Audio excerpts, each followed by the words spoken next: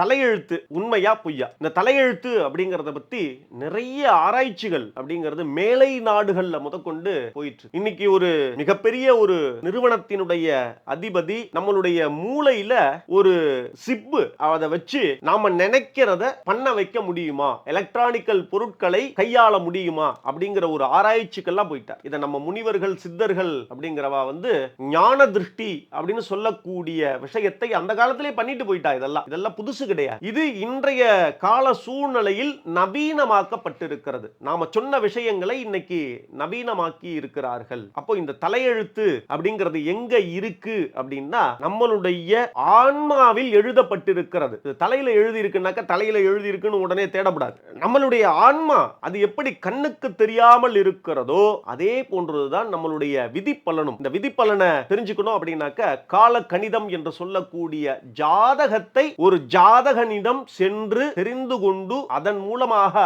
அறிந்து கொள்வதே விதி பலன் தலையெழுத்து அப்படிங்கிற ஜாதகம் அப்படிங்கிறது தான் தலையெழுத்து.